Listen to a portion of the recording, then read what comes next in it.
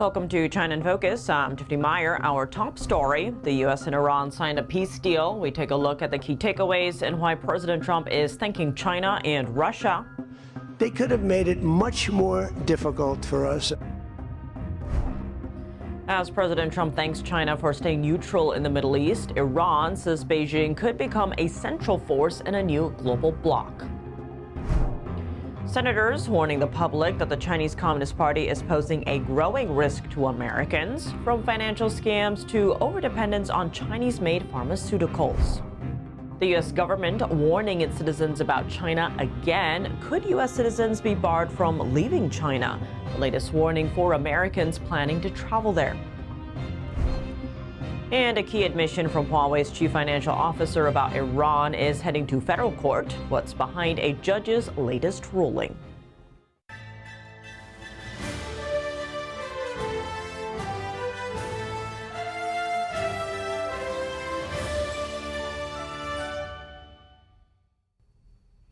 A major breakthrough in the Middle East. The United States and Iran have signed an agreement to end the nearly 4-month-long war. NTD's Daniel Monahan breaks down the key points of the deal and reactions to it. The Memorandum of Understanding is now in effect. You signed the MOU? It's signed, yeah. It's signed? You signed it. President Trump signing it while in Versailles for the annual G7 Leaders Summit. The U.S. and Iran agreement calls for an immediate and permanent end to hostilities. The two sides will enter a 60-day negotiation period aimed at reaching a final peace deal and determining the future of Iran's nuclear program. Iran agreed to, at a minimum, reduce its stockpile of enriched uranium. The agreement also says Iran will reopen the Strait of Hormuz and restore commercial traffic through the key waterway without tolls during the 60-day period. The U.S. will begin lifting its naval blockade, with the deal opening the possibility of sanctions relief if a final agreement is reached. The deal includes plans for a $300 billion reconstruction and economic development fund for Iran, though the plan depends on Tehran meeting the terms of the agreement. President Trump says the United States will not be directly contributing money to the fund, only helping with its development. The U.S. would also permit sanctions relief if Iran complies with the deal. This could be in the form of a neighboring nation, such as the United Arab Emirates, building a power plant in Iran. Key details remain unresolved, including Iran's future uranium enrichment activities, which will be discussed during later negotiations. The agreement also addresses ending the war on all fronts, including Lebanon. Furthermore, the agreement allows Iran to sell its oil without restrictions. The U.S. says a final nuclear agreement could lead to the removal of U.S. sanctions and the release of frozen Iranian assets. The final plan won't be implemented until after the 60-day window. French President Emmanuel Macron reacting to the deal signing. Good job. Great job. Macron says the agreement paves the way for lasting peace and will soon enable a decrease in energy prices. Pakistani President Shehbaz Sharif, a key moderator in the talks, says President Trump's steadfast commitment to diplomacy and preference for peaceful resolution have once again helped end a conflict that could have led to devastating consequences for the region and beyond. The Pakistani president saying co-mediator Qatar will host a formal ceremony tomorrow in Switzerland to commemorate the signing and commence with the technical level talks. According to NBC News, Vice President J.D. Vance is expected to attend.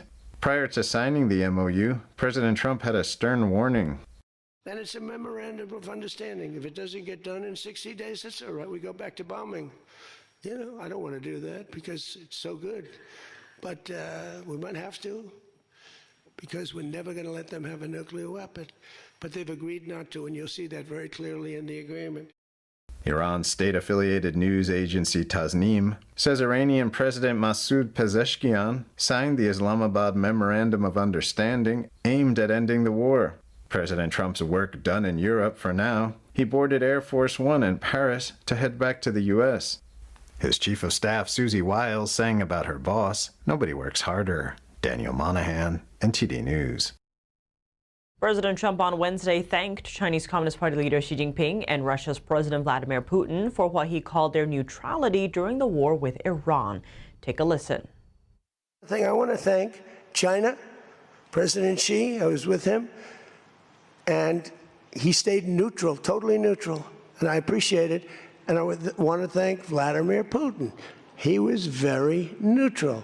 President Trump explained why he wanted to thank the heads from China and Russia.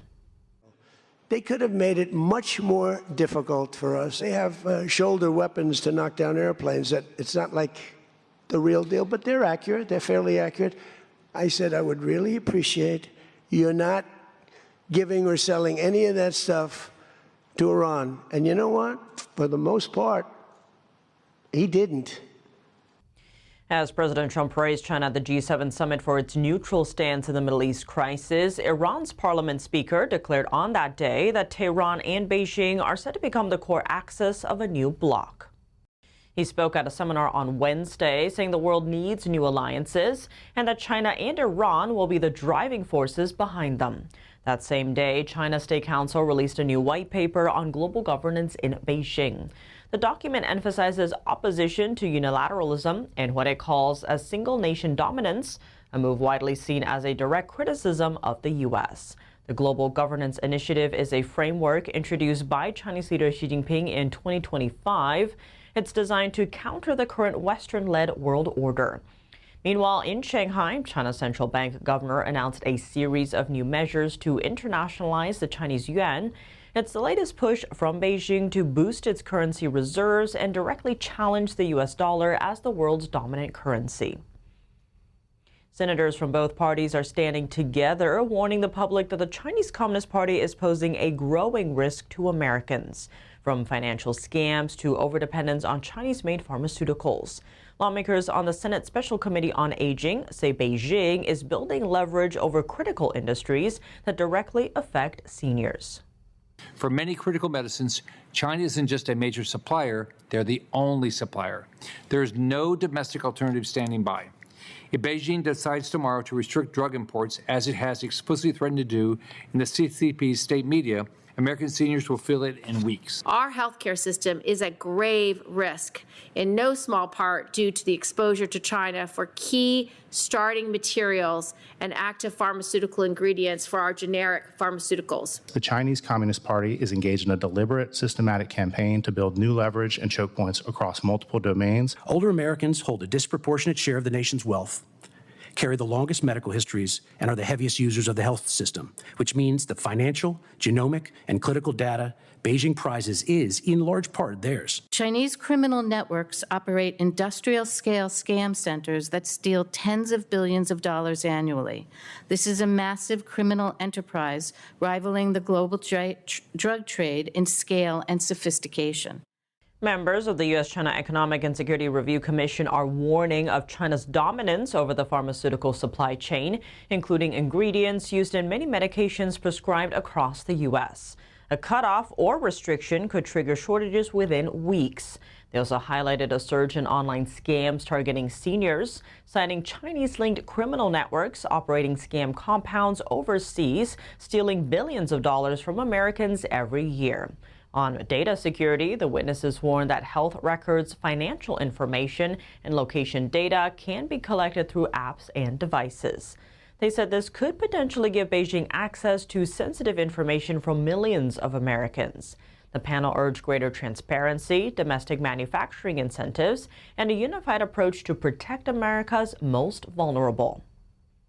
Senators also working on human rights legislation, the Senate Foreign Relations Committee approved the Falun Gong and Victims of Forced Organ Harvesting Protection Act on Wednesday. It's a bipartisan bill aimed at holding Chinese Communist Party officials accountable for forcibly harvesting organs from prisoners of conscience.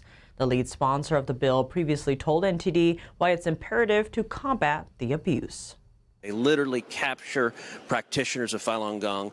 They remove their organs and then they provide them either to transplant to other Chinese nationals, or they also find them the organs on the black market to be trafficked overseas. It is a grotesque and utterly inhumane practice. And the Chinese Communist Party is an evil organization, and I think we need American leadership to stand up and shine a light to stop their espionage, to stop their propaganda, to stop their theft of intellectual property, to stop their murder, their torture. The center of this piece of legislation is Falun Gong, or Falun Dafa. It's a spiritual practice based on the principles of truthfulness, compassion, and tolerance. Since 1999, the Chinese Communist Party has been persecuting the practice, forcing practitioners to renounce their faith through harassment, imprisonment, torture, and many times death. The bill would sanction perpetrators of the crime through visa invalidation, blocking them from entering the United States, and imposing criminal punishment of fines of up to $1 million and 20 years in prison. Senator Jeff Merkley told Sound of Hope that the bill has a good chance of passing the Senate and the hopes of bringing more awareness to the issue. Take a look. We held the hearing before the China Commission, and to hear the stories of folks who have witnessed what was going on, I hope we can really increase world awareness of this terrible practice. And for the bill to reach the president's desk, the next step is a full vote on the Senate floor before heading to the House of Representatives. Imagine trying to leave a country only to find out you're not allowed to go. That's the latest warning the U.S. Embassy in China is giving Americans. In a post on X Thursday, the embassy said U.S. citizens generally only learn about exit bans when they're trying to leave China. It warned there may not be a clear appeals process to challenge those restrictions in Chinese courts. The message comes after the U.S. Embassy issued 3 warnings in just 2 days this week. According to the embassy, Beijing may enforce laws in unpredictable ways, leading to possible detention, arrest, or travel restrictions. It also warned Americans with ties to U.S. organizations, companies, or Chinese heritage may face increased scrutiny. The warnings come after China confirmed the detention of U.S. citizen Ming Xing, a scholar who traveled to China for a conference. The Chinese American leads a Burma think tank focused on democracy and activism in Burma, also known as Myanmar. He was placed under criminal detention on suspicion of espionage, with Beijing accusing him of endangering national security. Chinese tech giant Huawei's upcoming U.S. criminal trial will feature a key piece of evidence, admissions made by the company's CFO about its business dealings in Iran. The ruling centers on a 2021 agreement in which Meng Wanzhou admitted to misleading financial institutions about Huawei's operations in Iran. The case involves Skycom, a Hong Kong company that operated in Iran and was linked to Huawei through its subsidiaries. Prosecutors say Meng misled HSBC Bank about Huawei's ties to Skycom and its Iran-related business. On Tuesday, U.S. District Judge Ann Donnelly rejected Huawei's effort to block those statements. She said the company cannot distance itself from admissions made by its CFO about actions tied to her job. Meng was arrested in 2018 in Canada on a U.S. warrant. This sparked major tensions between Washington and Beijing. Prosecutors allege Huawei misled banks about its operations in Iran. Huawei has denied wrongdoing and also faces additional allegations, including charges related to trade secrets. The case has become a symbol of broader tensions between the U.S. and China. Jury selection in the Huawei trial is scheduled to begin September 8th. Coming up, by land or by sea, our borders are closed. That's the message from U.S. authorities to anyone thinking about entering the country illegally.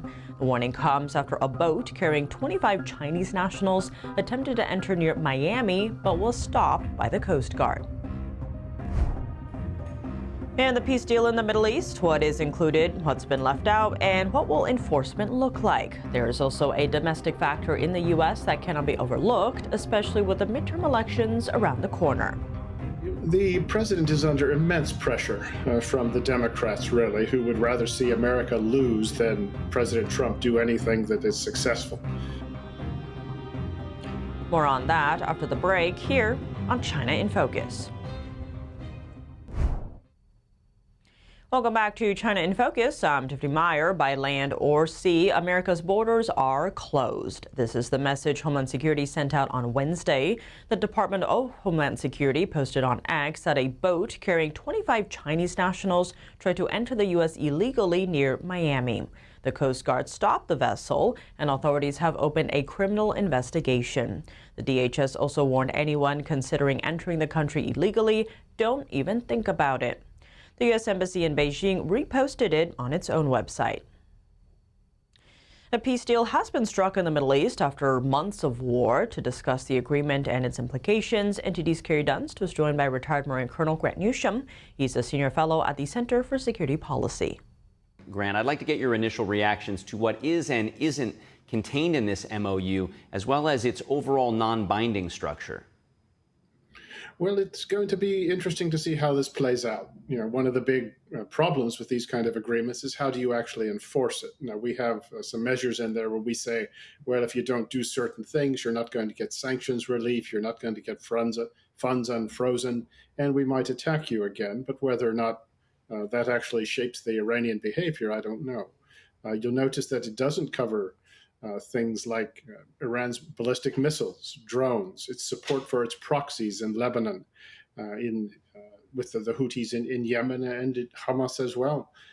It's really, in many ways, it's almost used to, that word aspirational kind of applies. And now the hard part starts, and we'll see what it does, where it goes. I think the Iranians probably are pinching themselves a little bit to think of where they've gotten after having their defenses completely removed and their country being battered for really 38 days and then 2 days. And now you have them with the opportunity to sell oil, make money, the possibility of some funds being unfrozen, and maybe even getting a $300 billion reconstruction fund paid for by others. But at the end of the day, this regime is still in place. Yeah, and President Trump did have some tough words, as we saw just now, at that G7 summit, saying that if they break their word that the U.S. will go back to bombing. I want to get your thoughts on the U.S. leverage points that continue over Iran. Well, the U.S. still has a huge military presence and the ability to inflict a lot more damage on Iran than they have. And somewhat mystifyingly, the Americans never hit Iran's communications networks, transport networks, the electric grid, or even their oil export facilities in any meaningful way.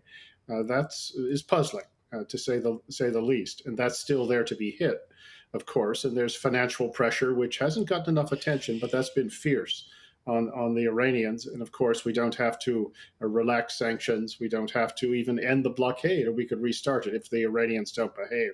So these are pressure points that the Americans can still apply on the Iranians, but it's often not that hard to do, or not that easy to do, particularly once a certain momentum gets underway, and people start to think, well, peace is coming. We finished this war, and then if one side, say the Americans, say, well, we're going to have to play rough. We're going to have to start attacking again.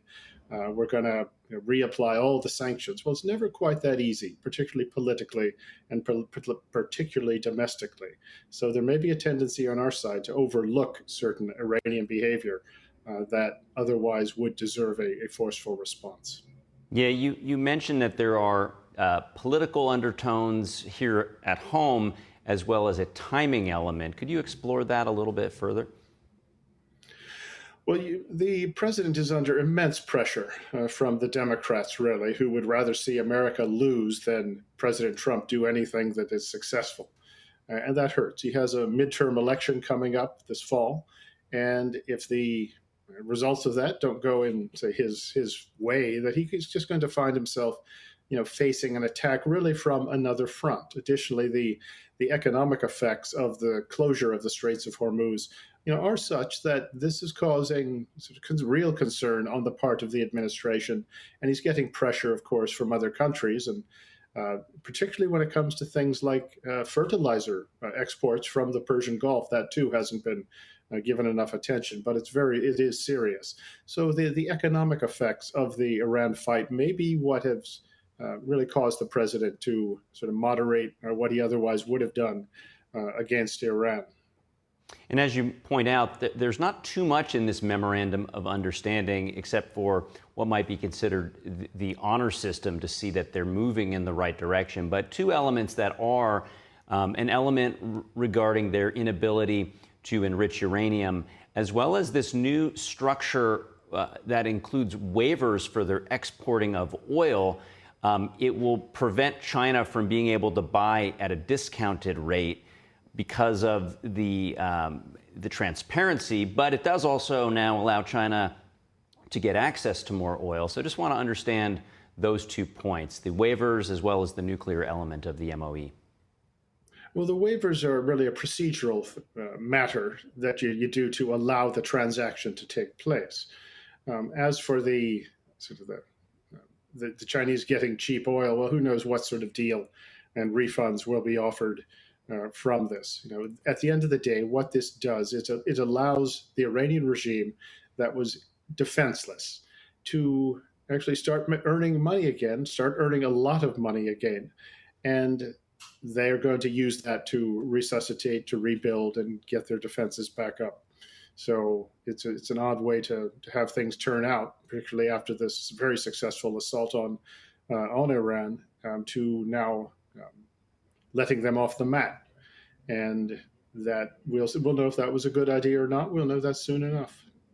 And Grant, as we start to finish up, could you comment on where this leaves the proxies of Iran and where Israel fits into all of this? Well, I think we're seeing that where the proxies are is, you look at Hezbollah's behavior, they think the Iranians, in fact, the Iranians still are giving them the go-ahead, the green light to go against Israel. Now, it's hard to imagine any country that could accept hundreds, thousands of missile attacks on their territory without responding, yet that seems to be part of the thing that the Israelis are being asked to do, is just ignore what's going on and take it. That is a very difficult, or a very strange thing to tell an ally to do, and I don't think any country could do this. But the Iranian support for proxies, I think we're going to see that step up in short order as well. So there's things that have not been addressed here, and it does require a regime that for 47 years has behaved a certain way to start behaving a different way. Exactly why it would is unclear. The prospects of economic investment just may not be enough to change the behavior of really ideologues and really religious fanatics like the Iranian regime.